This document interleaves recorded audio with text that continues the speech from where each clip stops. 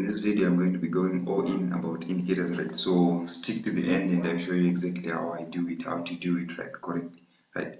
So what a moving average is, so I'm going to be giving everything that I know about moving averages, right? Most of the things, each and everything that I can remember right now, I'm going to be sharing it with you right now in this video, and I'm also going to be covering boom and crash and what volatility indices, how to use them either for catching spike, catching sticks, and how to use them on the volatility indices, right? So stick with me to the end and I'll show you exactly how to do this, right? So let's start by what are moving averages generally. So moving averages are these dynamic lines that you can see right here, the blue and purple, like in the red, right? So those are the what moving averages that I'm talking about, right?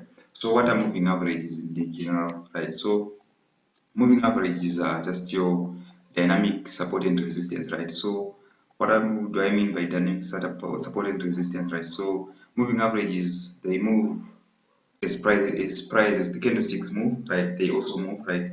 They are not fixed like the horizontal support and resistance like these ones, right? So so if for example over here, right, we've got what this resistance zone, right? Because the market rejected over here this price here, so we mark this into the future, right? And as you can see, the market did pull back over here, right? And it only put back over here on this moving average. So these are the types of secrets that I'm going to be sharing with you, how you are supposed to exactly know, and all the patterns that they form on each and every moving average, right? So I'm going to be covering all that, right?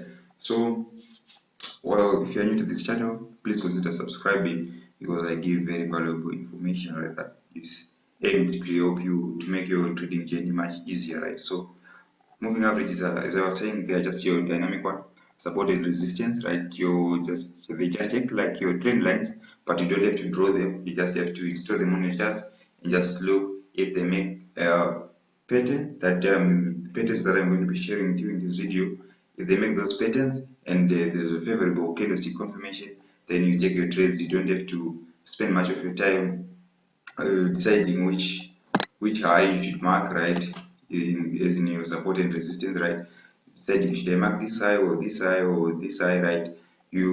This solves everything for you, right? You are just going to be installing your charts and just changing in between time frames, right? So on the moving averages that I use are the 13 moving average, 13 period moving average. This is the red one on my chart. Then the 50 moving average, right? This is the black one on my chart, right? So these are exponential moving average. I don't like using the simple moving average for some specific reasons. They are specific, simple moving averages are slower than the exponential moving averages, and they don't give me the patterns that I'm going to be sharing, right? The patterns that I use, right? So this 30 period moving average, 50 period moving average, 200 period moving average, right? And the 800, right?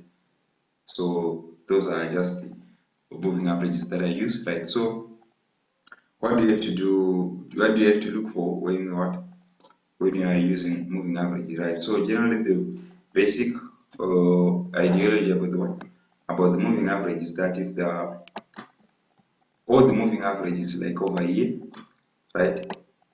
All the moving averages are on top of the price, right? As you can see, they are above the candlesticks, right? So this is indicating that we're in a downtrend, right? Sorry, this is indicating that we're in a downtrend, right? So the vice versa is true, right? So if you are in a if the moving averages are above the candlesticks, right? Like over here, right? Right over there, right? They were above They were above the candlesticks over here, right? And as you can see, we're in an uptrend, right? So what does this mean for you, right? We're only going to be entering our buys if the moving averages are below the price, right? So mainly we are going to be checking the black and the purple, right? The 50 and the 200 cross, right? Those are the ones that we're going to be using most of the time, right? So how do we judge the character of the market, how the market is trending, right? So if the moving averages are spaced like this, right? As you can see, there's a gap here, gap here, gap here, and there's gap here, gap here, gap here, right? So this means that the market is trending, right? So this is just a simple indicator so that you know what, that the market is trending, right? And if your moving averages are continuously crossing or up and down over here, right? It means that the market is what, consolidating. There's no specific what, trend, right? So that's how you determine what, the trend of the market, if the market is trending or not, right? So when I say that we're going to be using moving average, it doesn't mean that you stop using your price action, you stop using your support and resistance or your trend lines, right? We're still gonna use them, right?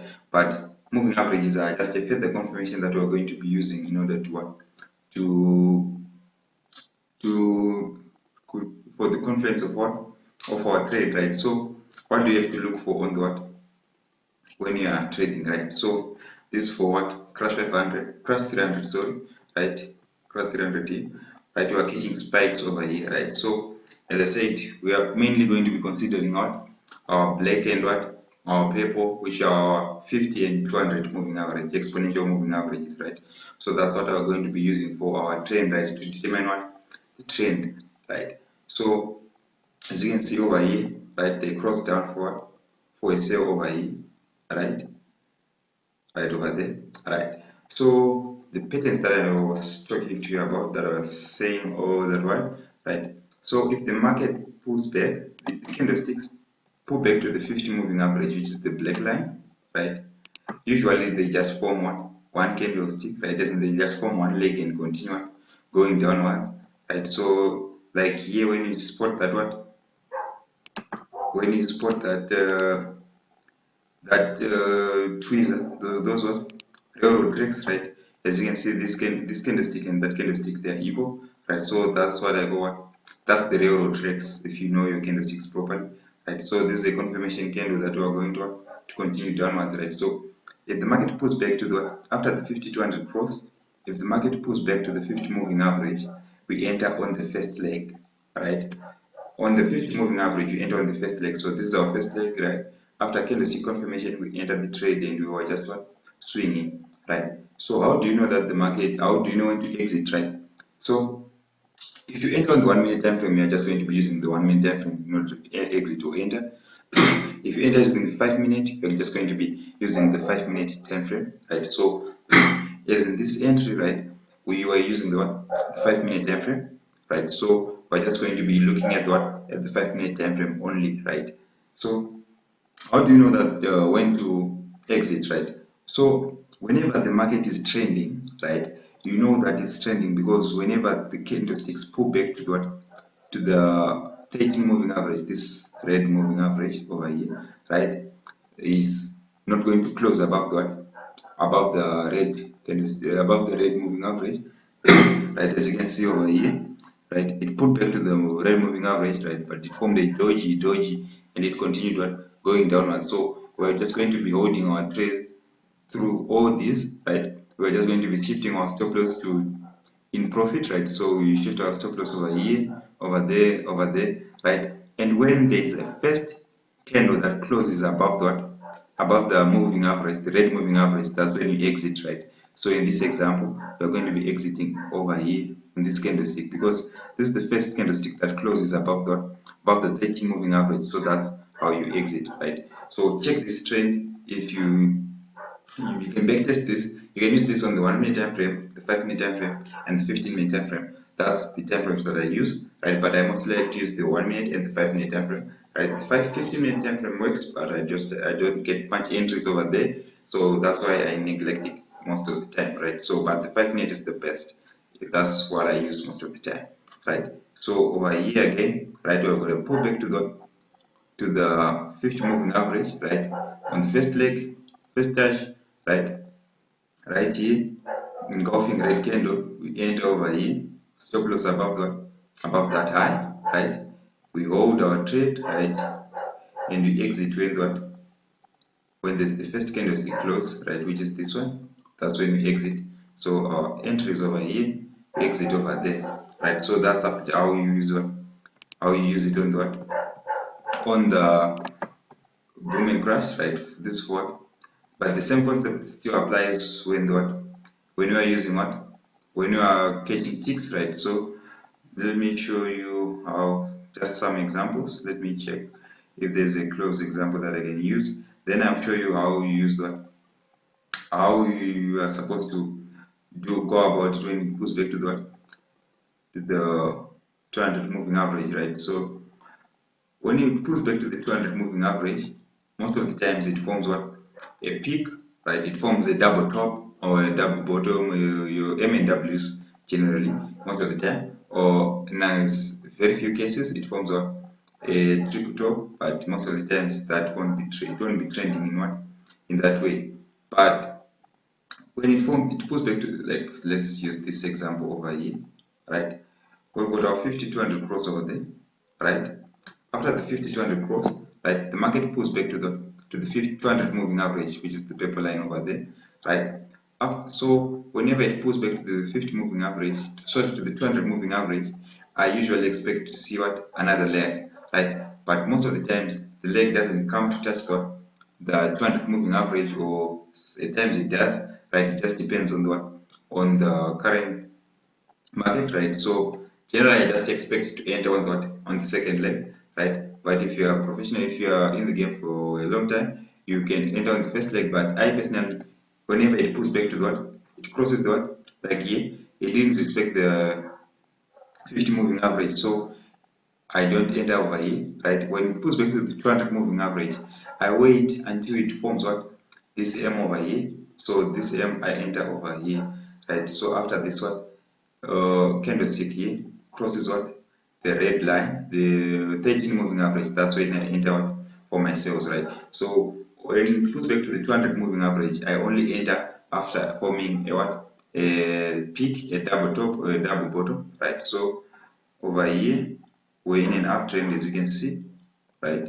Uptrend. So this is a small peak, right? Though it didn't quite form a favorable peak because it's kind of, so like it's so like a triple top, a triple bottom, sorry, right? You've got a peak, then this one goes all the way down, right? But you get the general idea that whenever it pulls back to the 200 moving average, if it doesn't respect the 50 moving average, the next place it's going to go is the 200 moving average. That's when you look for entries, right? So that's how you go about it, right? And as you can see over here, right? You've got 50 moving average entry over here, right? You just form this loop over here, right? So if the market breaks over here, right? If it first breaks the black moving average, the 50 moving average, I wait until the market crosses the red line again. That's when I take my entry, because I know that we're in a long-term buy. So I will just take my entry over there, right? So that's how you go about it, right? You've got a double, as you can see, a double bottom on the 200 moving average here. First leg, second leg, another double bottom when it pulls back to the 200 moving average.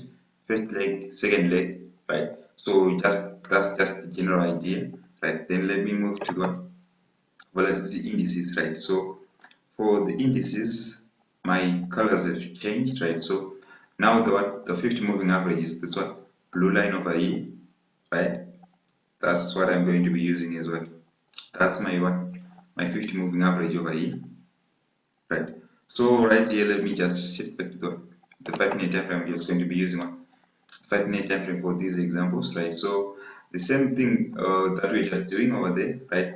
After 50-200 cross over here, the black and the blue, right? After 50-200 cross, we wait for the market to pull back to our 50 moving average, right? So like over here, when it pulls back to the 50 moving average, we enter over here, right? When it crosses the red moving average, the 13 moving average, that's when we take out our first entry and we swing that, right? And over here, when the market pulls back to the 200 moving average, which is the black line, right? We've got our ugly peak over here, right? We've got our W, though it's formed so like a small W here, and it formed another one over here, but this is just one big W right over there, right? You can even aid this using your your trend lines, right? You can just draw a trend line over here, right? And when the trend line gets broken, right, as you can see, we've got a small breakout and a retest, you enter over there and you can swing that trade, right? After that, market pulls back to the 50 moving average. At times it doesn't quite touch the 50 moving average, especially for indices, for volatility indices, right? At times it misses what the 250 moving average or the 200, right? That's by a small wick, right? But you just enter when the candlestick close above the 30 moving average, like over here. That's when you take out your entry, right? So just the same concept, but on the what? On the volatility indices, wait for the close above the what? Above the 30 moving average. That's the extra confirmation that we need. That's only the extra confirmation. That's the only extra confirmation that we'll be needing, right? So that's how you go about what using this, right? You can use it on the 1 minute, in the 15 minute, but when it's indices, I usually like to use it on the 5 minute and the 15 minute time frame. On boom and crash, I like using it on the 1 minute and the 5 minute time frame, right? So that's how you go about this. And don't forget, you're not going to be neglecting your price action, right? You're just going to be incorporating it, but you are going to be adding this just after the confluence so that you have higher probability winning trades, right? So like over here, right? When the market pulls back over here to the 200 moving average, we've got first M over here, then the second leg, right? So this is like our first leg, and this is like our second leg, right? So you just have to practice this on demo so that you get the concept, right? So that you get to understand it much better, right? So that you get used to the usual patterns that they want, that they form, right? But these are, especially if you don't have time to draw your support and resistance, your trend lines. Even if you don't know how to draw your trend lines, you can just use this. Wait for whenever you have to. You can ignore all those ugly setups, right? You just say wait for these perfect setups when they pull back to the 50 moving average and form what a favorable candlestick confirmation, right? Or in the what pull back to the 200 moving average and they form your M or W, right? And as you can see, when I'm saying that, what if the market is truly trending, right? As you can see how it holds up what the 30 moving average.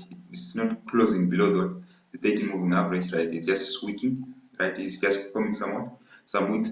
And when the red moving average, 30 moving average gets broken, you can see that there's a slowdown in momentum. Then eventually there's a break in in the trend, right? So you can just keep on adjusting your stop loss, right, as you go, and that will be how you hold this trade, right? So whichever time frame that you enter using, you're going to be using that time frame, right? So 52 on the crossover here, put back to the 50 moving average, you take your entry, right? So if you like the content that I've shared with you guys, right, you can like, subscribe, and share the content, right? And I also posted a bunch of videos on price action, so if you want to check those out, you can go to my channel and you can see more about them, right? So that's it.